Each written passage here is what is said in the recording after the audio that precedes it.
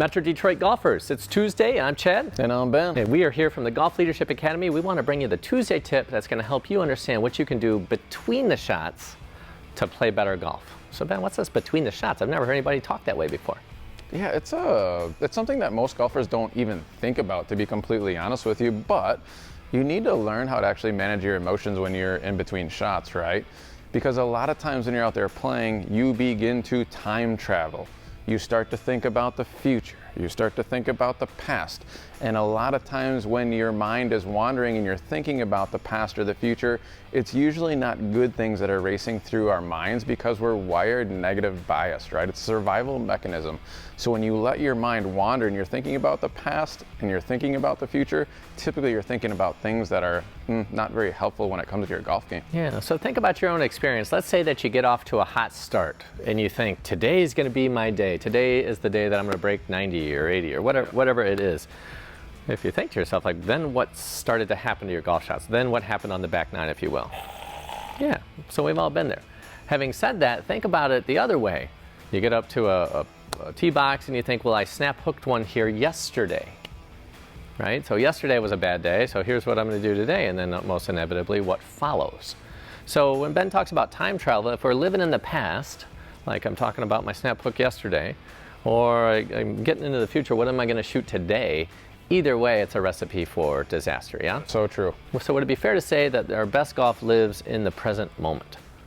Yeah? So there's an art to doing that. Now, having said that, golf is an interval sport. So our X's here represent your shot, your tee shot, your fairway shot, and so on and so forth, your chip, your putt. Ooh, so what are we going to do between the shots? Well, look at all that space. There's a ton of space.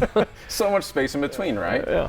Yeah, so people need to have strategies. That's right, that's right. So that's what today's about. So what could they do between the shots to help them be more present?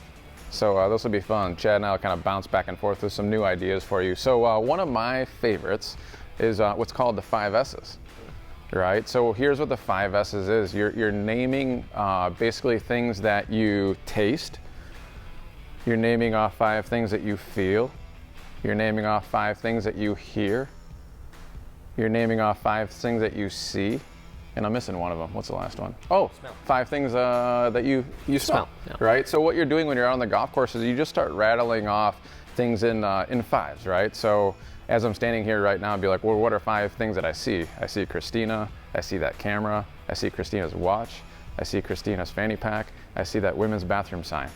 Right? So what that does, it actually keeps me in the present moment and it prevents my mind from wandering and time traveling, which kills the score. Yeah, so the 5 S's, so learning just to be present through your senses, acknowledge what you see, hear, feel, touch, all those things, yes? You got it. So we can't just tell like our high school players or good players, we can't just tell them don't think about your score.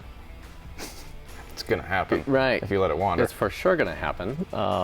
So basically the 5 S's would be a strategy that people could do. You got it. Very good. So another thing that helps me is between the shots is I really just focus on, can I slow my breathing down? So I want to take some very long, slow inhales and very long, slow exhales. So if I can do that, it quiets my mind and it keeps me from wandering into the past or the future, or even worse, trying to fix my golf swing. Absolutely. So when I go there, it turns into a disaster. So we talked about that last week, right? Yep. So we could do breathing. You could do the 5 S's. Do you have any other ideas of things that you could do?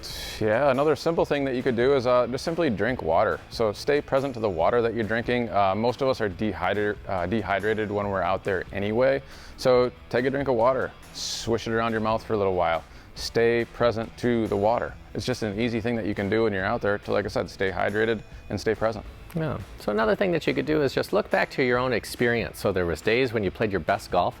On those days, other than the obvious that the ball was going straight and you made putts, what were you doing? What was that like for you internally when you were playing your best golf? Maybe you were listening to music.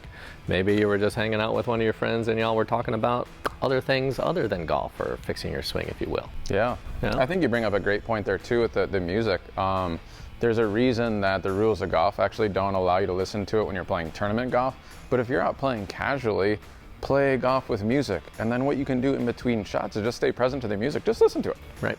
It's a very, very simple thing that you can do to prevent time traveling. Yeah, so if you basically come up with a strategy for what you do between the shots and understand that you're trying to keep yourself present, that's going to give you the ability to play your best golf. So this Tuesday, come up with strategies, be present, exercise on the golf course and you'll be shocked at how the outcomes definitely change. So we hope this helps you. We thank you for joining us, and we'll look forward to seeing you next time.